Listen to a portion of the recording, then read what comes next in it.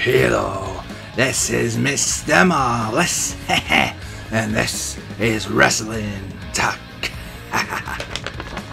What are we going to talk about? We're going to talk about Monday Night Raw, we're going to talk about Smackdown, a little bit about NXT, whatever, man.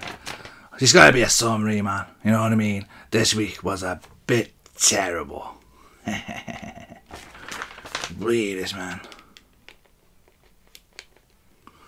Sunglasses malfunction. Right.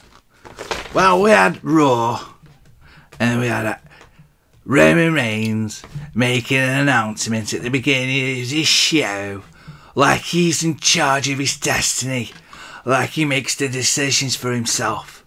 So what's the point of Kurt Angle if wrestlers are going to make announcements and matches for themselves? Or willy-nilly? I don't like it. So we had him. He says he's going to fight Brock Lesnar at SummerSlam. So we'll see. And then we had the Hardy Boys. It's not a particular order, it's just what happened. We had the Hardy Boys going against the Club, Anderson and Gallows. And the Hardy Boys won. They won every match they've had since, well, except for one. They've won virtually every match they've been in.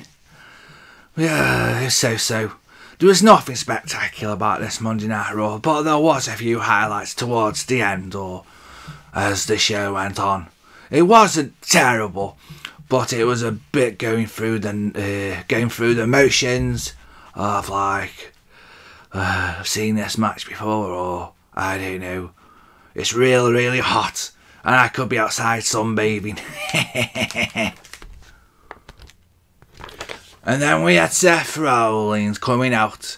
He has some good news for you game addicts. You gaming addicts. Oh, don't pick on me, I think I said that wrong. Oh. He's going to be on the cover of WWE 2K18. I'm surprised. I did think The Undertaker would be on it. Never mind, it's going to be Seth friggin' Rollins. Be like no one. That was the message of the trailer. Be like no one. At least someone's getting it. You know, that's kind of what the Ultimate Warrior, his speech was all about before he died. He was telling people to live your dreams and be unique. And go out there and get what you're after. Oh yes, the Ultimate Warrior was a very wise man. And I so miss him. He was an idol of mine and probably my favourite wrestler of all time, if truth be known. But I thought to myself, as I was watching it, the Ultimate Warrior in heaven, or wherever he is in Valhalla, he'll be smiling on Seth Rollins because he's thinking somebody gets it. Be like no one. Be like yourself. Very good message. Like Mr. Marvelous. So then oh yeah. You know, I was feeling it tired anyway, you know. So I thought, what's going to happen now so I can have a little nap? Right. So Bray Wyatt comes with his bloody promo. Is it from the Titans one? Probably. This is where my little nap I have every Monday, well not Monday, Tuesday morning. That was good. I had a nice little dream that, well no, I shouldn't say that. Bright was going to leave the WWE and go to TNA or to Impact. I don't watch Impact, son, so that'd be good for me. But he's alright, he's just a bit, promos are a bit boring. Anyway, he keeps on saying he's the eater of worlds. And all that, he's the eater of disappointment. But he comes down to the ring, but Seth Rollins, he does that thing where everything goes dark like The Undertaker did. But Seth Rollins was on the money today. Oh, you've been inspired by the Ultimate Warrior, alright. And he jumped on him in a team, said, well done, Seth. That was the end of that little incident. I reckon these two are going to have a programme. I don't think Bray Wyatt's that interested in Finn Balor anymore. Might have been a good match if he'd put his makeup on. You know, characters and all that. No, that's what wrestling's about, you know, personalities and characters and stories. You know, maybe Vince McMahon's forgotten about that. And Kevin Dunn. And maybe the creative and the story with people who do the writing. You know. Don't be marked out by the marks. They ain't got a clue. They don't know what they want. They don't know. They're like little children. They don't know what's good for them. What you need is good entertainment for the masses. If the masses are watching it, they'll become cool again. And those poor wrestling fans won't get laughed at in the street. Go, look at him, he's a wrestling fan. Oh, God, I stopped watching that years ago. That's what they think. But it doesn't matter. I've always been a wrestling fan. I've been on the ups and downs. I've been there before in the 90s. Just before the Attitude Era, you know, you got that stigma. And that stigma's come back again. But I don't care, I love wrestling. So there we go, we had that. And then we had the incident with Miz. And basically he's trying to make it up to his wife, Maurice. This was unbelievable. They're trying to make us believe that these two haven't made up in 2 weeks. When they live in the same house and they sleep together. What's he been doing sleeping on the bloody sofa? Anyways, I'll try to intune my thingy of disbelief. Just check it's recording. You never know. So basically there's the Miz. He's got the bloody grandfather clock. You know it's going to be the grandfather clock. She comes, look, I fixed it. I've got on YouTube and this, that and the other. And I've learned how to fix grandfather clocks. So he says I've fixed it with glue and whatnot. So he opens it. And there's 2 teddy bears in the ring, by the way. 2 people dressed as bears. Oh yeah, by the way, the Miz has recruited Mr. Perfect's son. Can't remember his name. And Bo, who's really Bray Wyatt's brother. Anyways, these 2 are going to be in the bear outfits waiting. So basically, I don't know what happens, but the bloody Miz ends up damaging that clock again or something. Or something happens and Miz walks off. No, she gets a drink spilt on her or something. I don't care. It's all that everything, but the storyline's going on. I like storylines, but only when they go on and make sense. And basically, Ambrose turns up. But this time, the Miz has got a surprise for him. The 2 bears beat him up and they take the mask off. I think you realise who they are, like I've just said. And what else happened? Right, we had that, going through that. Oh, yeah, basically, the Miz isn't talking to his missus for another week, but he's got Ambrose back. And then we got the women's division on Monday Night Raw. What's going on with the women at the minute? I don't have a use of ornaments. It's like, yeah, I'm somewhat behind the women movement, or by this women's revolution, or what you called it in the beginning. They're putting on some good matches. But as time's gone by, it's just drizzling shits, innit? It's just, I don't care anymore, you know what I mean? Let's wait till I get to Smackdown, doesn't get any better. Right. So then we had Roman Reigns going against Samoa Joe. Now this is where we get to one of the highlights of the night. So you got Roman Reigns going against Samoa Joe. And before the end of the match, there's a bloody ambulance that turns up. It's only Braun Strowman. He's back already. I've been told he'd be away for a few months, but obviously he's back. Comes out and goes, ah, out of the ambulance. Comes down for Roman Reigns and does a reverse chokeslam. And then the ref, I think he ends up winning. Then Samoa Joe ends up winning the match. Cuts a cleater clutch on there, Roman Reigns. So that was that. And then we had the last part of the show. And yeah, they still carry on this nonsense with Kurt Angle and this scandal, whatever it is.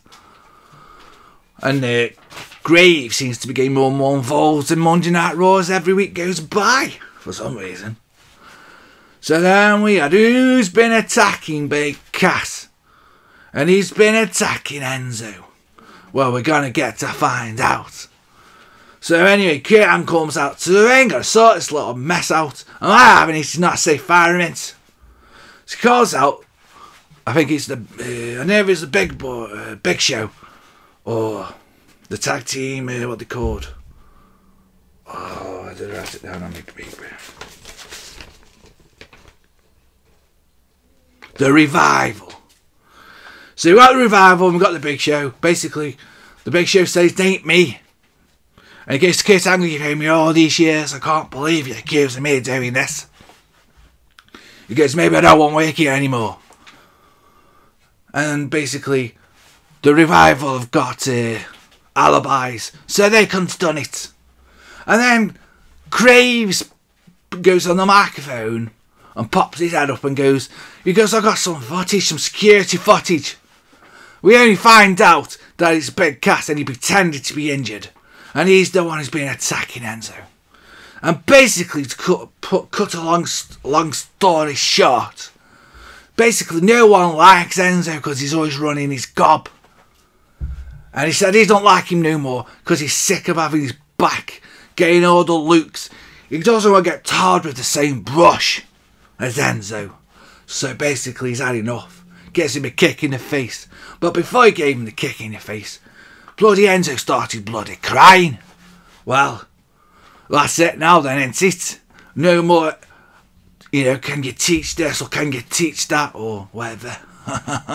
Or soft. Or that shit, we won't have to do that for a bit. Or if ever again. So it could have been a good tag team then, could have been. Especially now. Well, they just could have been a good tag team and do a user act. But it doesn't matter. You screwed that one up. Let's just say it works out being better off with them being separate. Bloody hell, was Enzo going to end up going on 205? Right, that's Monday Night Raw. Right, I'm going to do SmackDown really quickly, because it wasn't particularly that good again. We had all this controversy. This is SmackDown now I'm talking about. We had all the controversy about the Money in the Bank match. Basically, you had Corbin, who won his Money in the Bank. No much controversy there. But then we had the women's Money in the Bank. And basically, Ellsworth, no chin, basically got the belt for Camilla. But basically, they've done nothing wrong as far as I can see. Like, disqualification rule the match. So, they should have thought about all these things anyways. The referee's decision should be final. But we're going to talk about fit kayfabe. Let's just talk about it outside kayfabe right now. I like to talk about wrestling like it's a little bit like it's real, so it's like a bit entertaining for you people that are watching me. So I get a bit more passionate behind it. I try to do the kayfabe thing, and try to keep the energy levels high and talk about it like it's real. We know it's work. You're not getting into all that crap. But basically, the WWE are working the fans, or the smart fans anyways, because they knew that there'd be a lot of controversy what they did. Because when the main event went out, they said that Brian Daniels and Shane McMahon was sending out tweets saying they're going to sort out what's going on. They're going to basically sort it out on SmackDown what's going to happen. Now, knowing this at the time, you would have thought Camilla would have used her Money in the Bank on the main event, because she should have thought to herself, this is going to be the only time I was going to use it. And maybe that would have been a better storyline, because then she would have had the belt taken off her as well as having the Money in the Bank. The ratings went up by about 500,000 or something. There was a spike in the ratings. And to have a Money in the Bank match next week will put the ratings up even higher. Controversy causes interest, and a lot of eyeballs on the show. So from a business perspective, I can completely understand what they've done. And from a fan's perspective, I just watch the goddamn show. I don't get involved. I call it like I see it. This is what I do. This is what Mr. Marvelous does. I tell you what I think about what's going down. But I'm not an expert and I'm not a wrestler. Let me just put that out there. I'm just a fan who likes talking about wrestling. So that's that basically. So next week we're going to have a Money in the Bank match for the women again. So there you go. That's all I'm going to talk about Smackdown. It's not worth my time or attention, and it's not worth yours. So let's get on to interesting thing that happened was NXT. Was that Aleister Black had a match against KO. Oh no, no KO. And he won. I thought this was very interesting. Because, obviously, for this victory, for Aleister Black at NXT, the WWE obviously hold him in high esteem to put him over Chris Hero. So I thought that was interesting, a little bit something to talk about. Most interesting thing I think it was the most interesting thing that happened all week. So obviously WWE have got high expectations for Aleister Black. And it shouldn't be too long, I imagine, before he gets pushed up to the main rosters. Or he gets the belt or title shot. I mean a title shot, yeah. Title shot. Not bloody pronouncing me S's. So that was Monday Night Raw. And that was Smackdown and a little bit of NXT. Sorry about the lackluster performance. But it's a really, really hot week. The weather's been boiling. I'm sorry if I'm not been as entertaining as normal. But it is what it is, boys and girls. Even I have a bad week. So I thought to tell you about something interesting. I was thinking, I can't always rely on the WWE to give me something to talk about every week. Or to be as passionate as I want to be. So I thought I had an idea. And he's not being used in the minute. He's not doing anything. He's a bit lazy. Conspiracy. An idea. There's some things about the WWE I'm not sure about. There's some controversy subjects or conspiracies in the WWE. And I thought to myself, he's a bit weird and he's a bit out there. But he knows his research. And I won't have to do it and he can do it. And I just look cool. You know what I mean? So I get him find out everything. Yeah, I suppose he'll have to be on the video a little bit. But it'll be mostly me. And I'll be directing the show. But basically, it's going to be, I'm not going to do it every week or nothing like that. It's going to be every now and again. I hope to do one in the next week or so. And the conspiracy subject matter is going to be Bray Wyatt.